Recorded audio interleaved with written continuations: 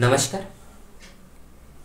राजयुवा काव्य कुटुंब चतुर्थ वर्धापन दिनानिमित्त आयोजित राजयुवा काव्य करंडक स्पर्धा 2025 साठी मी आपली कविता सादर करीत आहे. कवितेचं शीर्षक आहे माफ करा महाराज.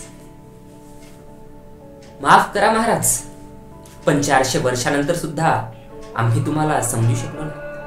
माफ करा महाराज, पण 400 वर्षानंतर सुद्धा आम्ही तुम्हाला समजू शकलो नाही. घातले खर्च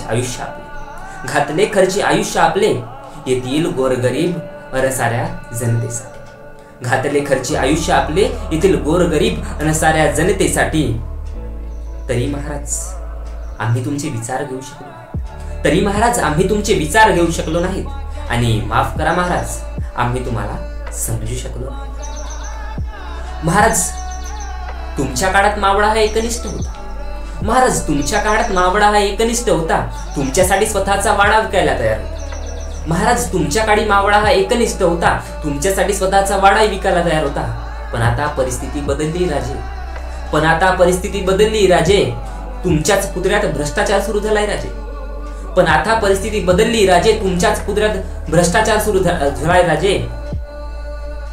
प्रामाणिकपणा अजून आम्हाला कळालाच नाही. आणि माफ करा महाराज, आम्ही तुम्हाला समजू शकलो नाही. माफ करा महाराज, पण आम्ही तुम्हाला समजू शकलो नाही. तुमच्या नजरेखाली आई बहीण सुरक्षित होती राजे. परस्त्रीला हात लावला तरी हातपाय कलम व्हायचेत राजे. तुमच्या नजरेखाली आई बहीण सुरक्षित होती राजे. परस्त्रीला हात लावला तरी हातपाय कलम व्हायचे राजे. आता बलात्कार होऊन तिची हत्याही होते तरी आरोपी सन्मानाने जगते. परस्त्री माते समान हे अजून आम्हाला जमलंच नाही. आणि माफ करा महाराज, आम्ही तुम्हाला समजू शकलो नाही. महाराज तुमच्याही छायेखाली हिंदू मुस्लिम नांदत होते. पण कधी नव्हे त्या दंगली घडल्या, कधी नव्हे ते द्वेष समोर आले.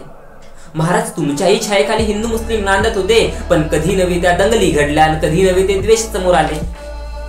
पण आता इथला राजकारणीच कुटाने करतोय राजे. स्वतः एसीत बसून भोंगे हटाव म्हणतोय राजे.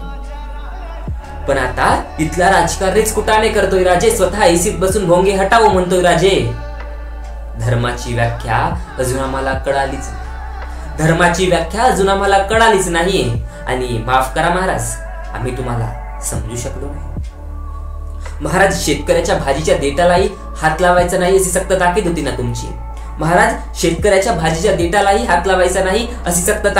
तुमची. पण आता शेतकऱ्यांचा गैरफायदा घेतला जातोय राजे. कर्जमाफीचं गाजर देऊन शेतकऱ्याला फसवलं जातंय राजे. कर्जमाफीचं गाजर देऊन बळीराजाला फसवलं जातंय राजे. तुम्ही गेल्यापासून बळीराजा फक्त नावालाच राजा मानत कुणीच नाही. आणि माफी असावी महाराज, 400 वर्षानंतर सुद्धा आम्ही तुम्हाला समजू शकलो नाही.